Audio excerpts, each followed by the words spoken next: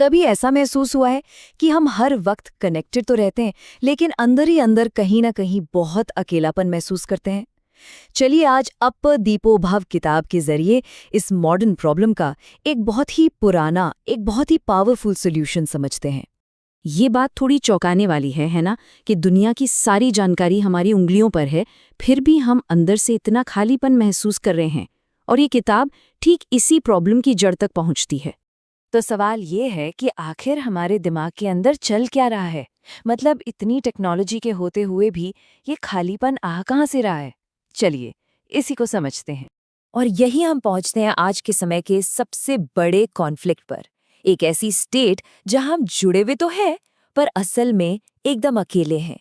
ये बिल्कुल आज की हकीकत है। हमारे फोन की स्क्रीन तो हर वक्त चमक रही है, पर हमारे अंदर की जो चेतना है, जो रोशनी है, वो धुंधली पड़ती जा रही है। और किताब कहती है कि यही आज के यूथ का सबसे बड़ा संकट है।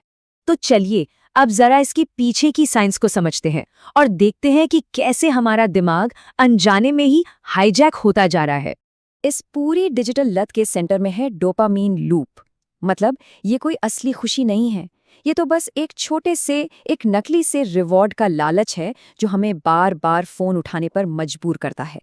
और ये साइकिल हमें 4 बहुत ही आसान से स्टेप्स में फंसा लेती है। देखिए, एक नोटिफिकेशन आता है, फिर उसे चेक करने की एक जबरदस्त इच्छा होती है। हम बिना सोचे समझे स्क्रॉल करने लगते हैं और इससे हमें एक छोटा सा डोपामिन हिट मिल जाता है। और बस ये साइकिल चलती रहती है नॉन स्टॉप। और इसी साइकिल का नतीजा है फोमो, यानी फियर ऑफ मिसिंग आउट, कुछ छूट जाने का डर। और होता क्या है, हम अपनी रियल लाइफ को दूसरों की ऑनलाइन परफेक्ट दिखने वाली लाइफ से कंपेयर करते हैं और बस दुखी होते रहते हैं। तो फिर इस जाल से निकलने का रास्ता क्या है? आपको जानकर हैरानी होगी कि इसका जवाब हमारे अतीत में, हमारे इतिहास में छिपा है। ये किताब हमें ले जाती है हमारे प्राचीन ज्ञान की तरफ। और इसका जो कोर मैसेज है ना, वो आता है बुद्ध के आखिरी शब्दों से, अप दीपो भव। मतलब अपना दीपक खुद बनो। असली गाइड वो हमारे अंदर ही है, किसी ऐप या किसी एल्गोरिथम में नहीं। ये किताब एक बहुत ही यूनिक तरीका बताती है, स्टोरी थेरेपी। इसमें हम क्या करते हैं, हम सुश्रुत और चाणक्य जैसे हमारे महान ज्ञानियों से सीखते हैं।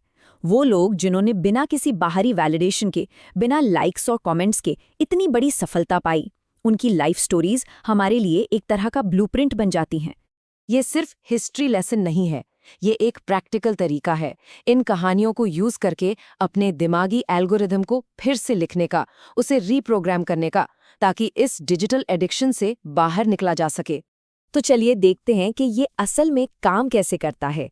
किताब में एक बहुत ही जबरदस्त एग्जाम्पल दिया गया है।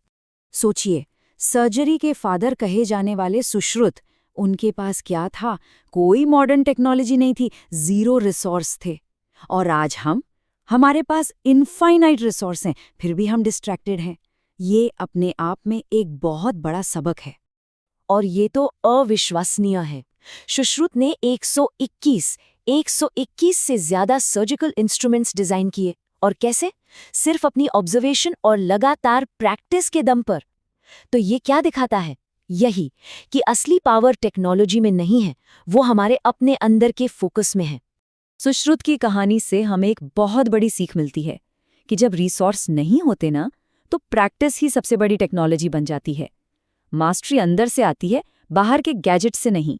तो सवाल यह है कि हम इस प्राचीन ज्ञान को अपनी आज की मॉडर्न लाइफ में कैसे अप्लाई करें। चलिए इसका जवाब भी ढूंढते हैं। देखिए, सारी बात घूम फिरकर एक ही जगह आती है। असली कामयाबी तब मिलती है जब कोई अपने मन और अपनी इंद्रियों का मालिक बन जाता है। तो किताब एक सीधा साधा एक्शन प्लान देती है, 30 दिन का डिजिटल डिटॉक्स। इसमें कुछ सिंपल स्टेप्स हैं, जैसे सुबह उठकर पहले 1 घंटे कोई फोन नहीं, खाते समय कोई स्क्रीन नहीं, रोज 20 मिनट बिना हेडफोन के नेचर में बिताना, और सोने से 1 घंटे पहले सारी स्क्रीन्स बंद। ये हमारे दिमाग को रीसेट करेगा और हमारा खोया हुआ फोकस वापस लाएगा। तो आखिर में एक सवाल खुद से पूछना बनता है, इस सारे डिजिटल शोर के बीच अपना वो अंदर का दीपक, वो रोशनी कहाँ जल रही है? क्योंकि ये पूरी जर्नी इसी एक सवाल से शुरू होती है।